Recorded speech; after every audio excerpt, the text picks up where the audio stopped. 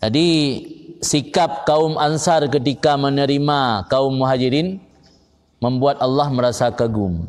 Yang dalam hadis pula.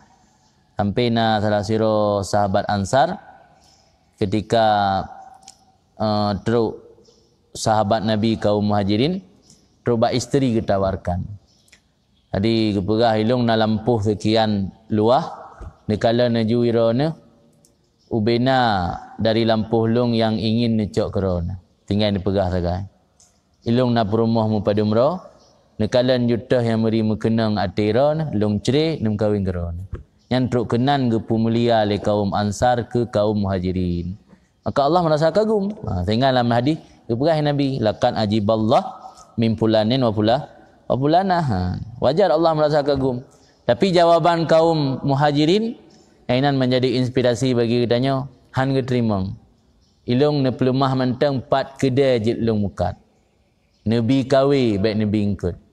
Padahal kaum Ansar, sahabat Ansar getawarkan harta yang berlimpah kepada sahabat Nabi dan getawarkan terubah isteri, getawarkan. Tapi jawaban sahabat Nabi dari kaum Muhajirin, Nabi kawi baik Nabi ingkut yang minan dalam bahasa tayo. Ni pelumah mentang 4 kedai long jit long berusaha, 4 lokasi jit long meniaga, mengenal modal ni pu pinjam, yang baik Nabi peng terima beresnya hendak terima. Yang jika inspirasi bagi tanya berarti tanya baik dalam berusaha baik harap bantuan gop sabi. Jadi sehingga Allah merasa kagum terhadap sikap sahabat Ansar.